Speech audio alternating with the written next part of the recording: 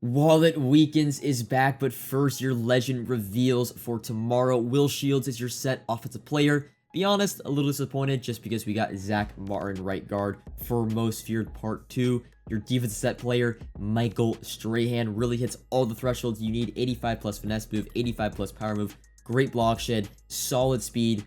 Gonna be one of the best defensive players, defensive ends in the game. But the big one this week, LTD Legend X Factor, Adrian Peterson. The Legend X Factor is, we got some of those last year with Ultimate Legends, but for him, he's going to have an evasive Legend X Factor, which is just 6 rushes of +1 yards, and I'm pretty sure he gets evasive, it says for 8 plays, and then he has Backfield Master, 6 consecutive catches, and he gets Backfield Master for 8 plays, so we'll see if they cost anything. I'm pretty sure they'll be free because it does take a little bit to get them, so that's the little unique X Factor about him. Speed-wise, though, 91, really fast, now the fastest running back in the game.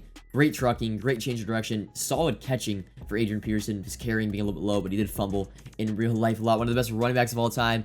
Super excited for him to be back in MUT.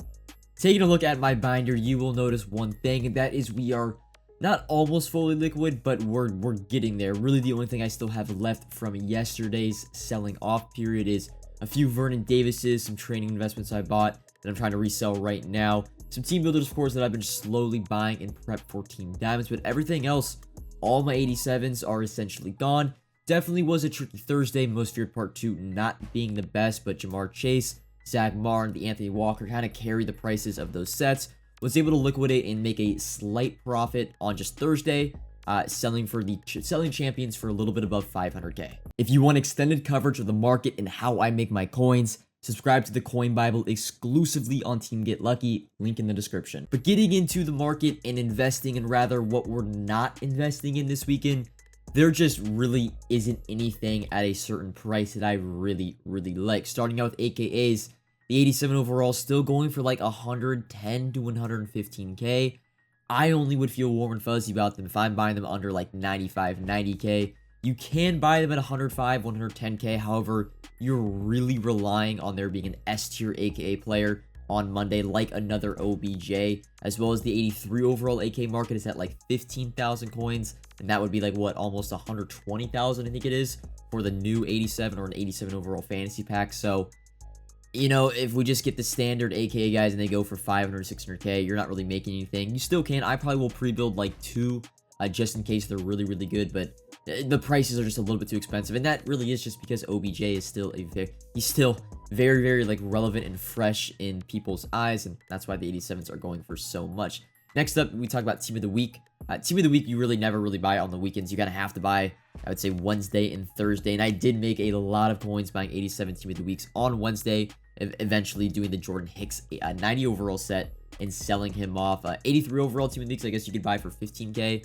That's not that bad, but there just isn't a market for the 87 Team of the Weeks at all this week, and they're going for like 110, 115 now on the market if you want to buy. So Team of the Week investing, I guess, really we never do it on the weekend, but just want to talk about it. Can't really buy those right now. And then moving on to Legends, I know a lot of people have been asking, like, are we pre-building Legends? Are we buying 84s and 81s? I'm not. We hit the jackpot last Saturday, and that was because they released that 87 overall special offer. This weekend, there's a few different circumstances as to why I'm not investing in them. One, the 84 overalls are going for like 32,000 coins for now. You're lucky to even get them at 30,000 coins as it is. The 87 overalls are going for, 90,000, which isn't bad, but overall, you'd be pre-building set looking at like a 550 to 600k pre-build price, including the new 87 piece on Saturday. And again, you're really relying on there being an S tier legend. And on top of that, I think there's a good chance that we see an 84 plus special offer this weekend, just because the 84s last week went to like 50,000 coins. I don't think EA lets that happen again, so I think 84 overall is going to be flooded, and they might go up a little bit right when the content drops, up to like 35, maybe 40k, but I think they just settle around like 30,000 coins, maybe even get down into the mid-20s, and that's where I might look to buy them. 81 overalls are still 8 to 9,000 coins, which is a little bit more than what we were paying for prior to last weekend at like 6k. They're like 8 to 9k. And then another thing too is the Comp Pass Legend reward, where it just gives a random 90 overall legend. That has finally been attainable today, and a lot of people are going to be saving that for this Saturday to open. And as well, if you've been keeping up on your solo challenges, we should be getting the free legend next Saturday. So that's just something I wanted to mention. But legend investing, just not doing it, man. I might be buying Legends like Saturday, tomorrow, but in terms of pre-building, I don't think the market is there. I don't think the prices are a little bit too expensive for my liking. And then finally, 87 overalls. We will be buying 87 overalls leading into part 3. And yes, I believe we are still going to be getting 90 overalls. They have not changed the overalls within a program in the past, well, in Madden 23 and Madden 24. I also can flash up the field pass on the screen. The field pass has the end reward as an 87 overall auctionable or 90 B&D. I don't know why they would have put that if they were eventually, like, when we were going to actually unlock the last reward, wouldn't have just said like 91 most feared, right? I don't know. I don't think they updated it. They haven't done it since it was actually Madden 22 most feared, but that was Madden 22. They did it all the time. Madden 23, Madden 24, they have not switched up the hero overalls as well as the champion overalls within a program. Even we can go back to Madden 23, zero chill. We had 4 weeks of 95 overalls. So they're very predictable with it. I still think we get 90 overalls. And yes, we will be buying 87s, but right now they're going for like 85 to 90K. I want to buy 87 overalls in like the low 80s, even under 80K.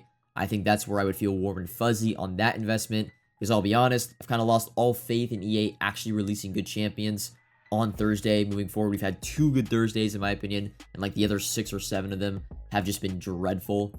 Jamar Chase was great, but you know, the surrounding, I mean, you can't drop a punter and a fullback. Is like something you put in solo challenges to make me play solo challenges. You don't drop a fullback and a punter as a champion, especially when you only drop 3 most of your champions for Arcana, 2 of them being, you know, I would say special teams. Very underwhelming for most feared part 2, but we'll try again for part 3. And we didn't lose coins with the 87 overalls this week. We just kind of made a small baby profit by lazy selling throughout the week and then kind of just breaking even on their actual price on Thursday. But yeah, 87 overalls, looking to buy them in like the low 80s. Gonna be easier to buy Monday, Tuesday, Wednesday than Friday, Saturday, Sunday. Last thing I want to talk about, LTDs. Laramie Tunsil right now going for around 570k on Xbox. These are around 600k on PlayStation. Again, the market just feels a little bit too high for these LTDs. Now, I'm probably still going to buy some. I want to get Tunsil in like the low to mid 500s. I do have ladders this weekend, so I'm not going to be on the market as much. So it's probably better that I do buy a lot of LTDs. I just don't feel like if he was 500k, I would love it, right? Cody Whitehair last week was 450. He's up to like 625. This Tunsil just feels a tad bit expensive to go all out in. However, I will probably still buy 2 or 3 of them in the mid to low 500s. The next LTD, I think it's what, Amani Hooker. The player is very fast, a little bit short. He's 630k. I guess you can compare him to Derwin James a little bit when he was first out, going for like the mid 600s, rose up to 800k. I just don't know if Hooker is that good to rise to 800, 850 out of packs. He is an LTD. Von Miller is now up to 800k after being really 570 at its lowest. So I'm trying to get Amani Hooker for like 600k or less, and I definitely will buy a few. Hopefully, the most feared theme Team Chem can carry both of these LTDs. Again, just like last week, to a good profit. And I probably will just sell them off either Saturday night or Sunday, take my quick profit. But that's your LTD investing. And that's really all for this video.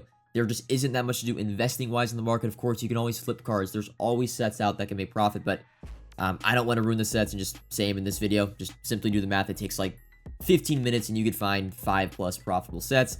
That's all for this video. Comment if you have any questions, like if you've enjoyed, subscribe if you are new, and until next time, peace.